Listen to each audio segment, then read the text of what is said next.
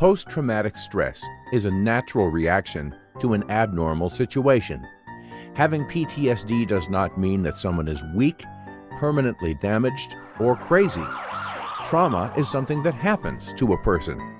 Traumatic symptoms can look like those of a mental illness, but they are not the same.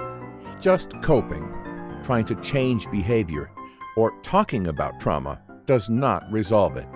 Psychiatrist Dr. Louis Tinnen and art therapist Dr. Linda Gant worked with traumatized people for over 30 years. They saw how bodies and brains react to trauma in a predictable and understandable way. They named it the instinctual trauma response, also known as ITR.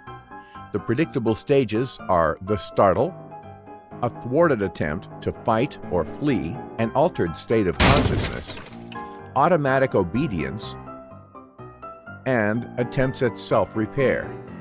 Throughout the stages are body sensations that can turn into body memories.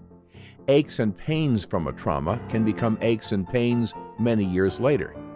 But because their origin has been forgotten, doctors are mystified why they can't find something to treat. Understanding how the normal brain works is the key to understanding what happens in trauma. For an infant, the right hemisphere of the brain is more active than the left hemisphere. But when children are 2 or 3 years old, they start to speak. The right hemisphere is more creative, artistic, and emotional. It uses intuition and gut feelings. It also runs our bodies and experiences things in present time. Our right hemisphere fuels our creativity and emotions, while the left hemisphere gets us through work or school. We use both sides every day. The verbal brain goes offline. As the body is flooded with different hormones, traumatic memories are stored on the right side of the brain, fragmenting the experience and leaving a person without words for much of what happened. Long after trauma is over, triggers will still be active in the right brain as fragments of the trauma without context, and the left side less active. That's why just talking about the trauma story or trying to change behavior with willpower alone won't resolve symptoms. Drugs won't either, although they may temporarily take the edge off anxiety or depression. The instinctual trauma response method is a treatment informed by core principles of art therapy, narrative therapy, and parts therapy.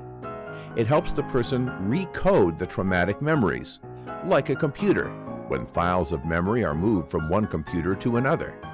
The ITR process reorganizes trauma fragments into a linear sequence, making a beginning, middle, and end. This pairs these images and words, putting an end to the story.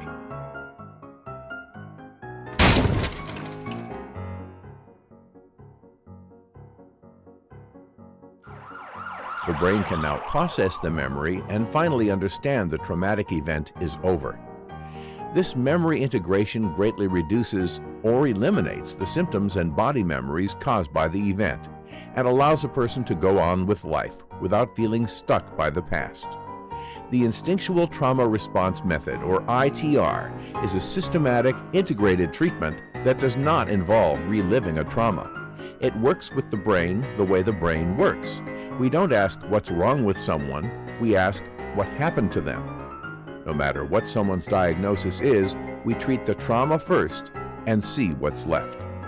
Dr. Tinnen often said, of all the psychiatric disorders, the ones related to trauma are the most treatable. For more information, visit us at helpfortrauma.com.